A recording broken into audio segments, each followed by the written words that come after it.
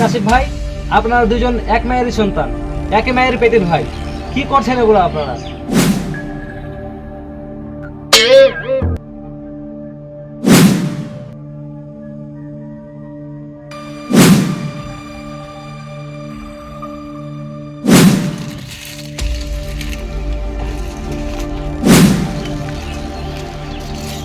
কিরা তুই ভিজলি কিভাবে? তোর শরীর ভিজা কেন? আব্বা, আজাদ পানিতে পড়ে গিয়েছিল, ওকে উঠাতে গিয়ে আমি ভিজে গেছি। কে পানিতে পড়লো, কে মরলো, কে বাঁচলো, এত হিসাব তো কেউ করতে বলেনি। আব্বা, ও কি আমার চাচাতো ভাই না? ও কি আমাদের রক্তের না? রক্ত, এরকম রক্ত মাঝে মাঝে দূষিত হয়ে যায়। যা বাড়ি যা। আমার ছেলে মরতে অবস্থা আমার ব্যাপার, তোদের কে আসতে বলেছে? এই যা বাড়ি যা, বাড়ি যা পোশাক চুপ কর। আমার ছেলে খারাপ, সব সত্য। কাশিফ ভাই, আপনারা দুজন এক মায়েরই সন্তান, একই মায়ের পেটের ভাই, কি করছেন এগুলো আপনারা?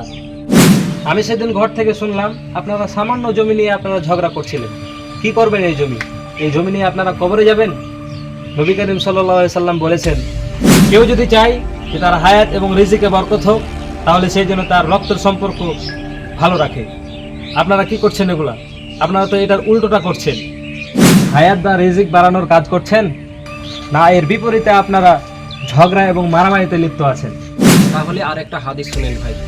নবী করিম সাল্লাল্লাহু আলাইহি সাল্লাম বলেছেন, রক্তের সম্পর্ক ছিন্নকারী জান্নাতে প্রবেশ করবে।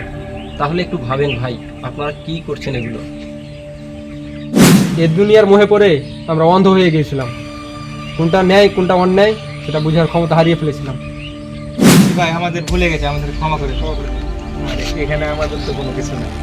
আপনারা তো ভাই ঠিকভাবে থাকবেন, আপনারা ঠিকভাবে থাকলে আল্লাহ তাআলা খুশি হবেন। আর এখানে আমাদের ক্ষমা করার কিছুই নাই ভাই।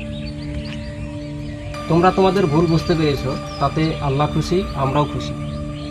দুই দিনের দুনিয়ায় ভাই ঝগড়া ফাসাদ করে লাভ নাই, মিলেমিশে দুনিয়া থেকে যাওয়া উত্তম।